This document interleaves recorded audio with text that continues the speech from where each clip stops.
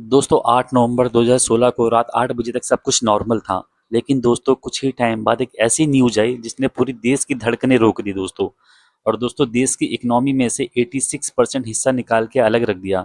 और दोस्तों आपकी कमाई गई इनकम में से, आपके बैंक व आपके घरों में रखी गई इनकम में से 500 व 1000 के नोटों की वैल्यू एकदम जीरो कर दी गई। जी हाँ दोस्तों, मैं डीमोनेटाइजेशन की बात कर रहा हूँ। तो दोस्तों डीमोनेटाइजेशन को लगभग 10 साल पूरे होने वाले हैं लगभग। दोस्तों हम देखते हैं डीमोनेटाइजेशन के बारे में, एक्चुअली गवर्नमेंट ने डीमोनेटाइजेशन यहाँ पे लाई क्यों दोस्तों, राइट। डीमोनेटाइजेशन लाने के पीछे क्या रीजन थे, क्या दोस्तों गवर्नमेंट के पास कुछ और भी ऑप्शन थे डीमोनेटाइजेशन के अलावा।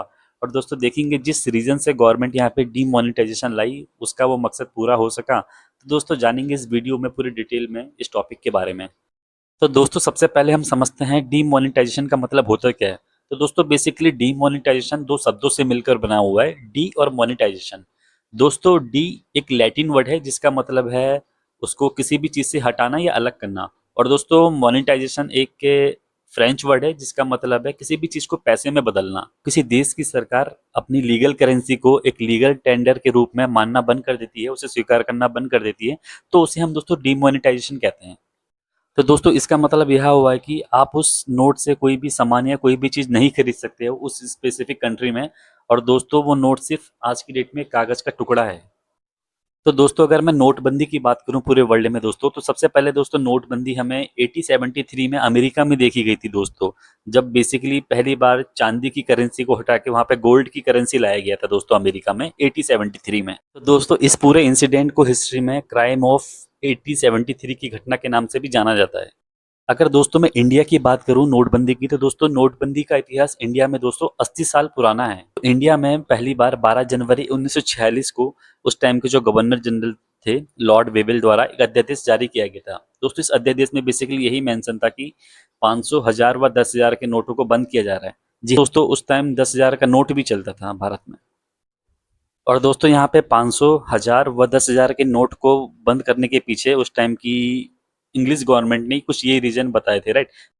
तो दोस्तों इस नोटबंदी के पीछे अंग्रेजों ने दो रीजन बताए थे दोस्तों। पहला रीजन था दोस्तों वर्ल्ड वार, क्योंकि दोस्तों वर्ल्ड वार के टाइम भारत के बड़े बड़े बिजनेसमैन व ठेकेदारों ने अंग्रेजों को काफी सामान बेचा था दोस्तों। और दोस्तों जब उन्होंने सामान बेचा था तो इंडियन के पास जो ठेकेदार और उस टाइम बिजनेसमैन थे काफी सारा पैसा आया था। पर दोस्तों अंग्रेजों के पास उतना टैक्स रेवेन्यू नहीं हो पाया यहाँ पे। और दोस्तों यहाँ पे टैक्स चोरी को रोकने के लिए अंग्रेजों ने यहाँ पे बड़े बड़े नोटों को बंद कर दिया गया। और दोस्तों जो यहाँ पे दूसरा रीजन माना जाता है वो है जमाखोरी का, क्योंकि दोस्तों अंग्रेजों को लग रहा था कि यहाँ पे जितने भी लोग अमीर हो चुके हैं वो लोग अपना पैसा बाहर नहीं निकाल रहे हैं, राइट, पैसा अपने पास जमा करके रख रहे हैं। तो दोस्तों इस जमाखोरी को रोकने के लिए अंग्रेजों ने यहाँ पे बड़े बड़े नोटों को बंद कर दिया था। दोस्तों देश के आज़ाद होने के बाद पहली बार 1954 में कांग्रेस गवर्नमेंट ने 1000, 5000 व 10,000 के नोटों को यहाँ पे दोबारा लॉन्च किया है। तो दोस्तों ध्यान रखने वाली बात यह है कि 5000 का नोट भारत के लिए बिल्कुल नहीं आया था दोस्तों।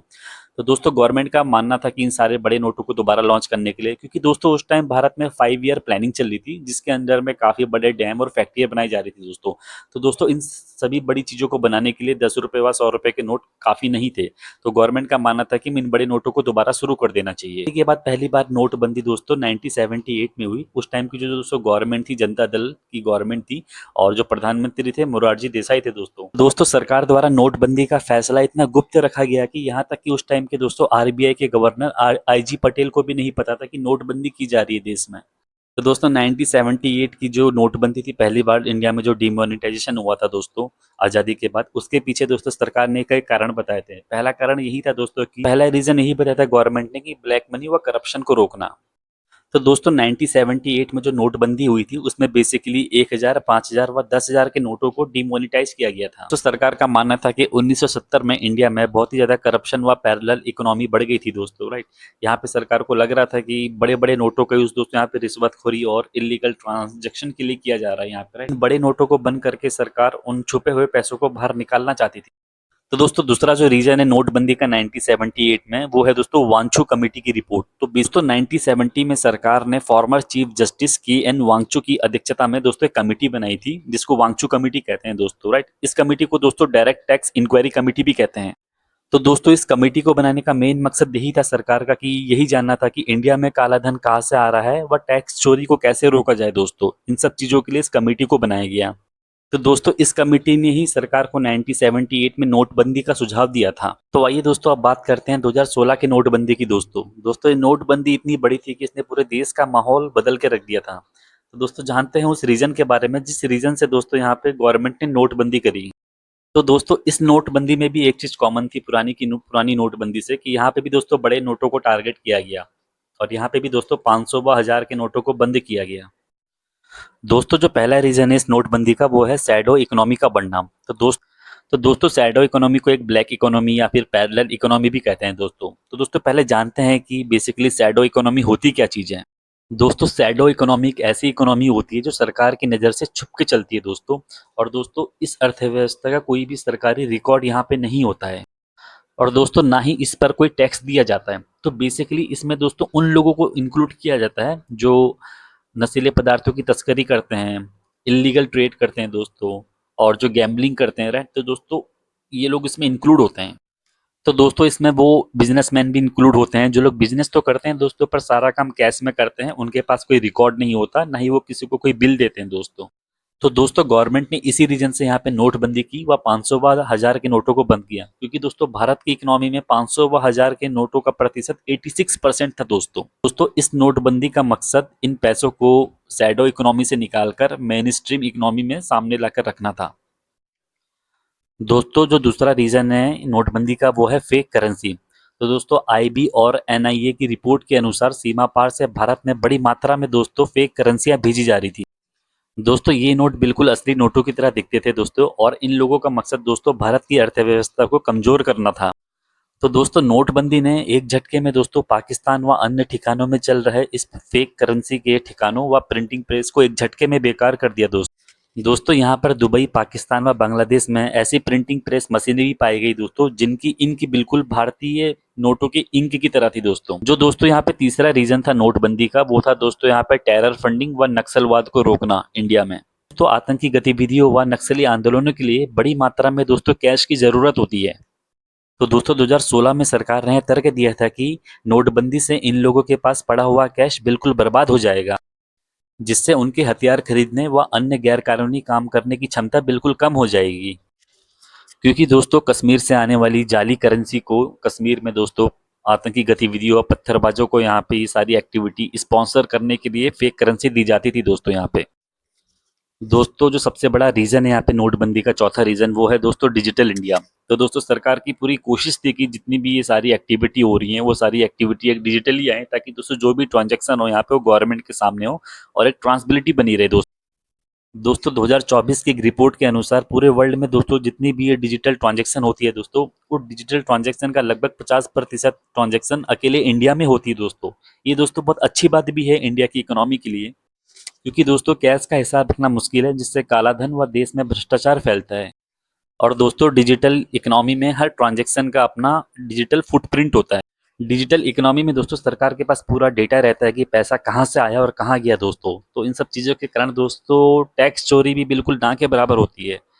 तो दोस्तों अभी तक तो हमने नोटबंदी के पीछे की रीजन को जाना और इसके बेनिफिट के बारे में जाना दोस्तों। आइए दोस्तों अब जानते हैं कि एक्चुअली नोटबंदी से लोगों को क्या परेशानी हुई। एक्चुअली में दोस्तों नोटबंदी सही साबित था गवर्नमेंट का डिसीजन या फिर एक इकोनॉमिक डिजास्टर था दोस्तों। तो आइए लाइन बाय लाइन पूरे टॉपिक को समझते हैं दोस्तों सबसे ज्यादा तो यहाँ पे परेशानी हुई वो आम आदमियों को ही दोस्तों, क्योंकि दोस्तों 8 नवंबर 2016 को आधी रात में दोस्तों मार्केट से पूरा 86% कैश पूरा साफ हो गया था दोस्तों। और दोस्तों लोग सुबह 4 बजे से ही बैंक व एटीएम के बाहर लाइन में लग जाते थे दोस्तों। कभी कभी तो दोस्तों रात रात भर खड़े होने के बावजूद भी उनको कैश नहीं मिलता था, जिससे वो अपने घर की सामान ले जाने में भी दोस्तों सक्षम नहीं होते थे और घर का सामान भी दोस्तों खरीद नहीं पाते थे। और दोस्तों यहाँ पे गवर्नमेंट सिस्टम भी पूरी तरीके से फेलियर हो चुका था दोस्तों, क्योंकि दोस्तों खुद आरबीआई ने कभी ये यहाँ पे कैश निकालने की लिमिट 4000 करी थी, कभी 4500 दोस्तों, कुछ दिन बाद 2000 कर दी थी। तो दोस्तों गवर्नमेंट भी इस डिसीजन को लेके पूरी तरीके से मतलब खड़ी नहीं उतर पा रही थी कि हमें करना क्या है दोस्तों। तो इन सब सारी चीजों का दोस्तों खामियाजा जनता को भुगतना पड़ रहा था। और तो और दोस्तों यहाँ तक कि 18 नवंबर 2016 को इंडियन एक्सप्रेस ने अपने आर्टिकल्स में लिखा दोस्तों कि 500 व 1000 के नोट बंद करने के बाद इंडिया में दोस्तों 33 से ज्यादा मौतें हुई। दोस्तों ये मौतें कोई नॉर्मल नहीं थी दोस्तों। यहाँ पे दोस्तों उनमें से कुछ लोग वैसे थे जो एटीएम की लाइन में खड़े थे दोस्तों, वहाँ खड़े-खड़े उनसे रहा नहीं गया या उनको पहले से ही कोई प्रॉब्लम थी दोस्तों। तो इन सब चीज़ों के कारण दोस्तों लोगों की यहाँ पे जानें भी चली गई। दोस्तों यहाँ पे एक और शर्मसार घटना हुई कि यहाँ पे दोस्तों किरण व जगदीश शर्मा के 3 दिन की बेटी की दोस्तों अस्पताल में इलाज ना मिलने के कारण दोस्तों यहाँ पे मौत हो जाती है, राइट। क्योंकि दोस्तों हॉस्पिटल वाले ने 500 व 1000 के नोटों में पेमेंट लेने से मना कर दिया था दोस्तों। तो दोस्तों यहाँ पे डॉक्टर ने इलाज करने से सिर्फ इसलिए मना किया कि उसको 500 व 1000 के नोट में पेमेंट नहीं चाहिए थी दोस्तों। आइए दोस्तों अब जानते हैं इसके दूसरे सबसे बड़े डिसबेनिफिट के बारे में नोटबंदी के।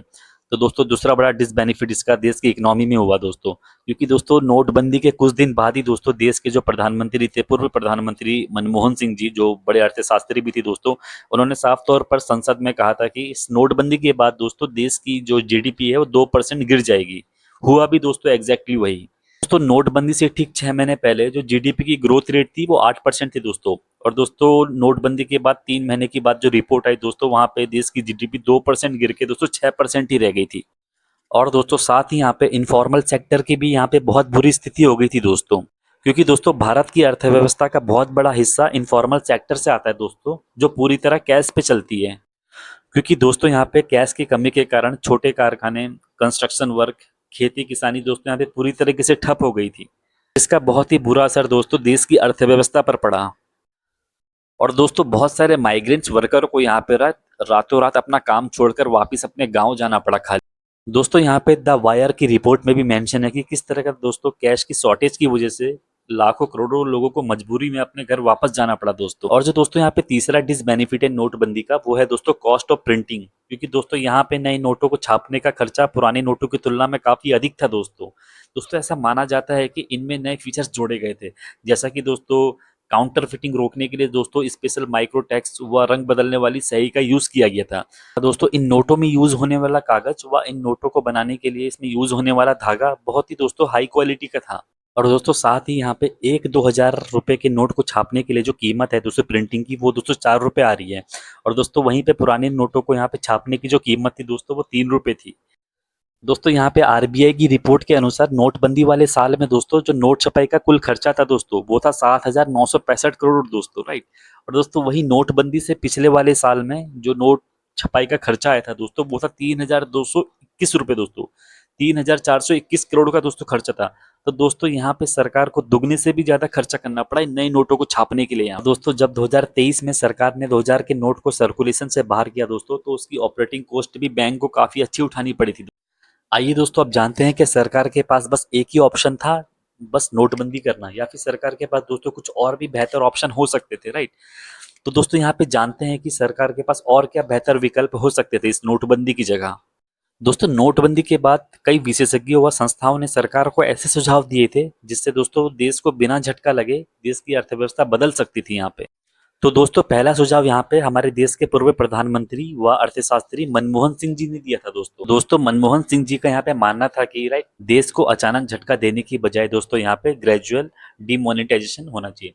तो दोस्तों इस प्रोसेस के अंदर पुराने नोटों को धीरे धीरे करके सिस्टम से बाहर निकाला जाता है और ये पता लगा जाता है कि हमें कितने नोटों की जहाँ पे जरूरत है दोस्तों, राइट। इससे दोस्तों देश की जीडीपी को भी कोई नुकसान नहीं। और दूसरा सुझाव यहाँ पे दोस्तों अनिल बोकिल जी द्वारा दिया गया था, राइट। और दोस्तों इन्होंने ही नोटबंदी का सुझाव पहले सरकार को दिया, लेकिन दोस्तों सरकार ने इनके पूरे प्लान को नहीं समझा और इनकी आधी बात मानी। इन्होंने दोस्तों नोटबंदी के साथ साथ टैक्स रिफॉर्म का भी सुझाव दिया था सरकार को। दोस्तों इनका मानना था कि बड़े नोटों को बंद करने के बजाय यहाँ पे सभी प्रकार के टैक्स, डायरेक्ट टैक्स और इनडायरेक्ट टैक्स, दोनों को यहाँ पे पूरी तरह खत्म कर दिया जाए और यहाँ पे दोस्तों 2% बीटीटी लगाया जाए, बैंकिंग ट्रांजेक्शन टैक्स। दोस्तों इस टैक्स के बारे में मैंने राइट एक वीडियो बनाई है अपनी यूट्यूब पे, राइट, जिसका लिंक आपको डिस्क्रिप्शन पे मिल जाएगा दोस्तों, राइट। क्योंकि उसमें मैंने सारी चीजें बताई है कि अगर इंडिया में 0% टैक्स हो तो क्या सिस्टम होगा और किस तरीके से देश की अर्थव्यवस्था चलेगी, राइट। तो उसमें दोस्तों इस बीटीटी के बारे में भी मैंने बताया है कि कैसे बैंकिंग ट्रांजेक्शन टैक्स काम करता है और इसके क्या क्या बेनिफिट है, राइट। तो आप दोस्तों उस वीडियो को देख सकते हैं आप। और दोस्तों यहाँ पे तीसरा सुझाव रघुराम राजन जी ने दिया था, जो आरबीआई के पूर्व गवर्नर थे दोस्तों। तो उन्होंने अपनी किताब I do what I do में बताया कि उन्होंने सरकार को नोटबंदी की जगह कुछ और दूसरे सुझाव दिए थे दोस्तों। तो दोस्तों उन्होंने सरकार को ये सुझाव दिया कि यहाँ पे बड़े-बड़े नोटों को बंद करने की बजाय सरकार यहाँ पे टैक्स डाटा एनालिस्ट पे वर्क करे और टैक्स गवर्नेंस पे दोस्तों यहाँ पे काम। दोस्तों उन्होंने सरकार को इस बारे में ज़्यादा ध्यान देने के लिए कहा कि ऐसी संपत्तियां भारत में जो बेनामी है, जो किसी के नाम की नहीं दोस्तों। और दोस्तों उन्होंने काले धन के बारे में भी कहा कि गवर्नमेंट को उस पर ध्यान देना चाहिए, जो काला धन लोगों का विदेशों में जमा है उस पर उन्होंने वर्क करना चाहिए दोस्तों। क्योंकि दोस्तों रघुराम राजन जी का मानना था कि लोग अपने पास कैश नहीं रखते हैं, राइट। जो करप्टेड इंसान होगा वो अपने पास कैश ज्यादा नहीं रखेगा दोस्तों, वो अपने कैश को बाहर फॉरेन में इन्वेस्ट करके एज ए ब्लैक मनी में, राइट, तो वो अब बाहर दूसरे बैंकों में जमा करके रखेगा दोस्तों। तो उनका मानना था कि यहाँ पे बड़े नोटों को बंद नहीं करना चाहिए, गवर्नमेंट ने डायरेक्ट एक्शन लेना चाहिए कि उन विदेशों में जिनका भी काला धन है दोस्तों वहां पे डायरेक्ट एक्शन लिया जाए। तो दोस्तों अब हम एक बार ये भी जान लेते हैं कि सरकार ने जिस रीजन से यहाँ पे नोटबंदी करी थी दोस्तों, क्या सरकार उस मिशन पे सक्सेसफुल हो पाई या नहीं हो। दोस्तों सरकार का मानना था कि नोटबंदी से आतंकी घटनाएं पूरी तरह बंद हो जाएंगी दोस्तों। पर दोस्तों आतंकी घटनाएं बंद तो हुई है, लेकिन दोस्तों हम सिर्फ यही नहीं कह सकते कि सिर्फ ये नोटबंदी से हुई है, क्योंकि दोस्तों यहाँ पे और भी रीजन थे, राइट। जैसे दोस्तों यूएपीए एक्ट हो गया, उसकी वजह से भी दोस्तों काफी घटनाएं कम हुई हैं। और आर्टिकल 370 का हटना दोस्तों यहाँ पे, राइट, तो बॉर्डर सिक्योरिटी का बढ़ाना दोस्तों, इसी रीजन से भी आतंकी घटनाएं कम। दोस्तों सच तो यह है कि 2016 के बाद हमने और भी कई बड़ी आतंकी घटनाएं देखी दोस्तों, जैसे पुलवामा अटैक, संजू 1 आर्मी कैंप अटैक, अमरनाथ यात्रा अटैक, रियासी अटैक व पहलगाम अटैक दोस्तों। ये वो घटनाएं हैं जो नोटबंदी के बाद हुई दोस्तों और बहुत ही बड़े लेवल पे हुई थी। और दोस्तों नोटबंदी का जो दूसरा रीजन था सबसे बड़ा, सरकार ने यही कहा था लोगों से कि नोटबंदी दोस्तों नकली नोटों के संचालन को कम करने के लिए की जा रही है, क्योंकि यहाँ पे बहुत बड़ी मात्रा में दोस्तों फेक करेंसी आ रही थी बॉर्डर पार से। हैरानी की बात यह है कि नोटबंदी के ठीक एक महीने बाद दोस्तों 2000 के नकली नोटों को पकड़ा गया यहाँ पे हमारी सुरक्षा बलों द्वारा। तो दोस्तों दिसंबर 2016 में भारत बांग्लादेश सीमा में पहली बार दोस्तों 2000 के नोटों की बड़ी खेप पकड़ी गई हमारी। और दोस्तों 2017 की रिपोर्ट के अनुसार दोस्तों यहाँ पे 2017 की आरबीआई की रिपोर्ट के अनुसार, राइट, 2017 में ही दोस्तों यहाँ पे जाली नोटों की संख्या में काफी वृद्धि देखी गई।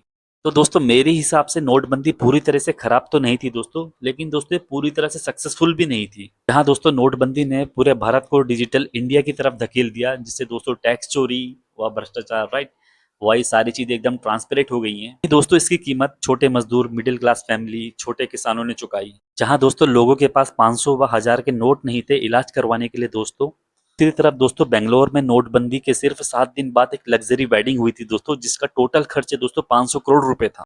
तो दोस्तों इन सब चीजों से आपको क्या लगता है कि नोटबंदी के बाद इंडिया में वाकई में दोस्तों काला धन खत्म हुआ है, या फिर गवर्नमेंट पूरी तरह से सक्सेसफुल हो पाई है दोस्तों नोटबंदी करके, या आपको लगता है कि इंडिया में बहुत सारी अनएक्टिविटी जो होती है, टेरर एक्टिविटी कम हो गई है दोस्तों। और दोस्तों ये डीमोनेटाइजेशन सक्सेसफुल रही या अनसक्सेसफुल रही दोस्तों। तो दोस्तों प्लीज अपनी राय कमेंट में जरूर दीजिएगा, ताकि हमें भी पता चल सके आप लोग क्या सोच रहे हैं इस डीमोनेटाइजेशन के बारे में।